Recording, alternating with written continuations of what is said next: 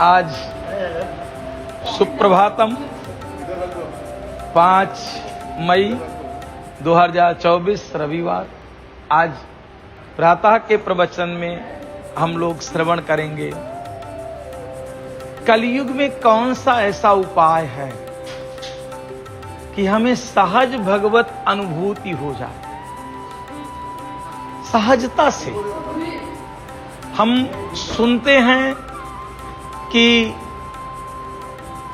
रामचरितमानस में लिखा है, कलियुग केवल हरि गुण गाहा, सुमिर सुमिर नर पावहि थाहा।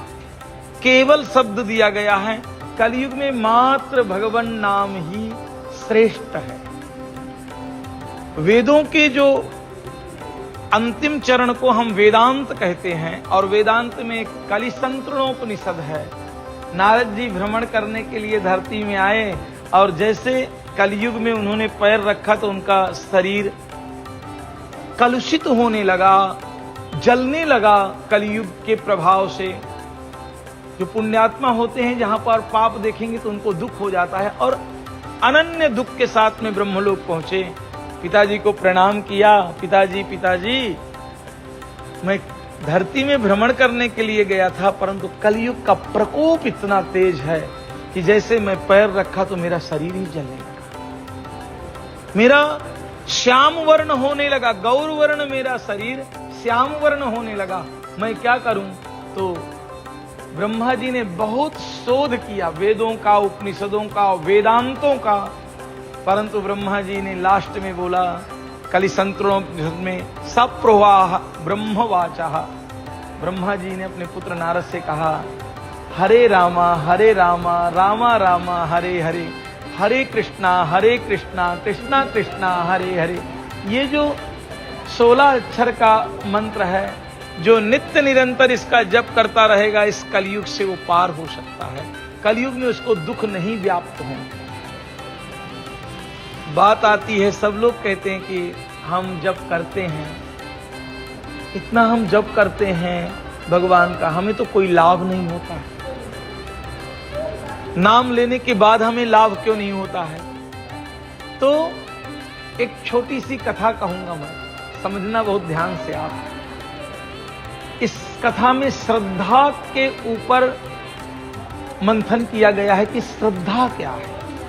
जब तक नाम और नामी में आपकी श्रद्धा नहीं होगी, श्रद्धा का मतलब पूर्ण समर्पण, श्रद्धा का मतलब वेद की वाणी में, गुरु की वाणी में, भगवान में अनन्य समर्पण का नाम ही श्रद्धा है। और मात्र सत्य सनातन धर्म में ही श्रद्धा शब्द है, और कहीं किसी धर्म में दूसरे में श्रद्धा नहीं है। श्रद्धा ही भगवत प्राप्ति के लिए अति आवश्यक है। साधु हैं, बड़े आनंदित रहते हैं, गांव गांव जाकर के भगवान के नाम का प्रचार करते हैं। जंगल में कुटी बना रखा है, नदी के उस पार एक गांव है। गांव के ग्रामीण लोग उनके पास में आते रहते हैं सेवा के लिए, और वो भगवान नाम की ऐसी शिक्षा देते हैं कि उनके करोड़ों में फॉलोअर बन गए। मात्र भगवान नाम की शिक्षा देते हैं, और स्वयं भी मौज में आकर के उस जंगल में बीड़ा बजा बजा करके भगवान नाम का उच्चारण करते हैं। वातावरण बहुत दिव्य हो गया। क्या भगवान का नाम उच्चारण होता है, वातावरण बहुत दिव्य होता है। एक युवान प्रातः आया और बारिश इतनी ज्यादा बरस गई कि नदी बहुत बढ़ गई। सत्संग में जाता था, महात्मा के सत्संग भी सुनता था, उनसे नाम दीक्षा भी ले लिया था, गले में उनकी कंठी भी पहने था। तो नदी के पास में आया, मन में विचार करा कि गुरुजी कहा करते हैं कि भवसागर से पार हो जाए नाम लेकर के भगवान का। मैं इस नदी से, साधारण सी नदी जो सागर से पार हो सकते हैं, वो नदी से तो पार ही हो सकते हैं, पार हो जाऊं मैं भगवान का नाम लेकर के। फिर डाउट आया मन में कि पता नहीं मैं पार हो पाऊंगा कि नहीं हो पाऊंगा। गुरुजी पास में बैठे, चलो गुरुजी से क्लियर कर लेता हूं। अब ये दौड़ता दौड़ता गुरुजी के पास में गया। गुरुजी तो अपनी मस्ती में नाच रहे थे। इसने रोका गुरुजी को। गुरुजी ने कहा, क्या हुआ बेटा? बोला, आप बार बार कहते हैं कि भगवान का नाम लेने से, राम का नाम लेने से संसार भवसागर से पार हो सकते हैं। क्या नदी से मैं पार हो सकता हूं? महात्मा ने कहा जब भवसागर से पार हुआ जा सकता है तो नदी कोई बड़ी बात नहीं। अब ये साहब आया और नदी में प्रवेश करने लगा। डाउट है मन में कि मैं पार हूंगा कि नहीं। कमर तक पानी आया, गले तक पानी आया, नाक तक पानी आया, प्राय ये डूब गया और डूब करके फिर बड़े मुश्किल से बाहर निकला और सीधे महात्मा के पास गया।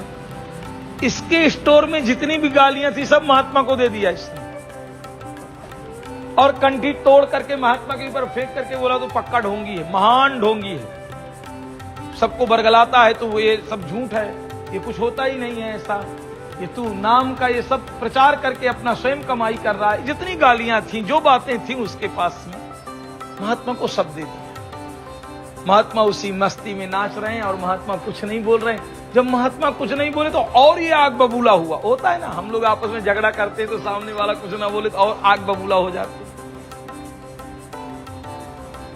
शांत होकर के नदी के किनारे बैठ करके प्रतीक्षा करने लगा कि नदी कम हो तो मैं बाहर। महात्मा की दिनचर्या थी कि जैसे संध्या होती थी, संध्या करके और वो गांव में जा करके और गांव से भिक्षा लेकर के आते थे। तो महात्मा संध्या के लिए निकले, संध्या करके निकले और जैसे नदी में निकलने लगे साहब नदी ने मार्ग दे दिया, उस पार निकल गए। अब ये देख रहा है युवान, उनको पानी में नहीं चलना पड़ा, वो मार्ग ही नदी ने दे दिया। अब ये युवान देखा, ये भी पीछे दौड़ा और ये जब दौड़ा तो देखा कि इसको भी नदी ने मार्ग दे दिया और ये पैर पकड़ करके रो करके बोला, महाराज मुझसे भयंकर गलती हो गई, महान गलती हो गई आपकी, तो मैं महिमा ही नहीं जान पाया, परंतु ये नहीं समझ पाया कि मैं जब पहले आया था तो मैं डूब रहा था, अब मैं आया तो नदी ने मार्ग दे दिया। तो महात्मा ने मुस्कुरा करके बोला कि नदी ने इस बार इसलिए मार्ग तुम्हें दे दिया क्योंकि तुम्हें मेरे प्रति अनन्य श्रद्धा हो गई। और ये श्रद्धा ही है जो भगवान का नाम हम जपते हैं तो भगवत प्राप्ति हो सकती है, भगवत अनुभूति हो सकती है, भगवान से मिलन हो सकता है। नाम की अपेक्षा गुरु ने, उनके उस महात्मा ने कहा कि आप कृष्ण का नाम जपते हैं या राम का नाम जपते हैं या साईं बाबा का नाम जपते हैं, ये महत्वपूर्ण नहीं है। इसमें सबसे महत्वपूर्ण है आपकी श्रद्धा। श्रद्धा अनन्य भावेन जितनी होगी कोई भी नाम फलीभूत हो सकता है।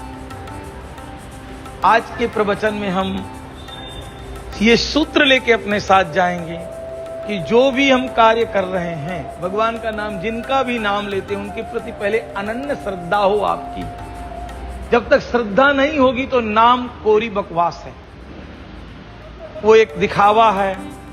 आप रोज 6 घंटे जपते हैं तो वो एक कठोर नियम है आपने ले रखा है, उस नियम का भी कोई फायदा होने वाला कुछ नहीं होगा। कई लोग बोलते आ रहे हैं हम 2 घंटा इधर जपते हैं, 5 घंटा इधर जपते हैं, ये करते हैं वो करते हैं, सब कोरी बकवास है, कुछ नहीं फायदा होगा। सबसे इंपॉर्टेंट है, मानस में तुलसी ने श्रद्धा को कामधेनु कहा है। श्रद्धा को क्या कहा है? श्रद्धा कामधेनु है। आपकी अनन्य श्रद्धा भगवान के प्रति हो जाए तो वो कामधेनु है, आपको मांगना नहीं पड़ेगा, वो अपने आप आपको प्राप्त हो। कल प्रातः के सत्संग में हम सुनेंगे कि भगवान के 4 भक्त होते हैं। क्या होते हैं? अर्थार्थी, जो भगवान से कुछ मांगता है। आर्त, जो दुख के कारण भगवान के पास में आता है। जिज्ञासु, जो भगवान को जानना चाहता है। और ज्ञानी या प्रेमी, जो भगवान से प्रेम करता है। परंतु भक्त शब्द की भी परिभाषा हम कल समझने का प्रयास करेंगे, क्योंकि भक्त शब्द भी बहुत विशेष शब्द है। अर्थार्थी जो भगवान से मांगने आता है वो भगवान से ही मांगता है, और मांगते मांगते वो भगवान से ऐसे मांगता है कि मांगना बंद करके संसार के विषयों से विरक्त हो जाता है। वो आता इसलिए है कि मुझे भगवान से मांगना है और विरक्ति के लिए मांगता है। अगर भगवान से आकर के धन मांगा किसी ने और धन में ही डूब गया तो वो कोई भगत उगत नहीं है। भक्त की भी परिभाषा है। तो कल के सत्संग में हम लोग ये अभी शब्द आ गया, श्रद्धा से मांगे कामधेनु है श्रद्धा, तो ये श्रद्धा शब्द की भी परिभाषा हम लोग कल और बढ़ाएंगे। राम राम राम राम राम। आज के सत्संग को यहां विराम।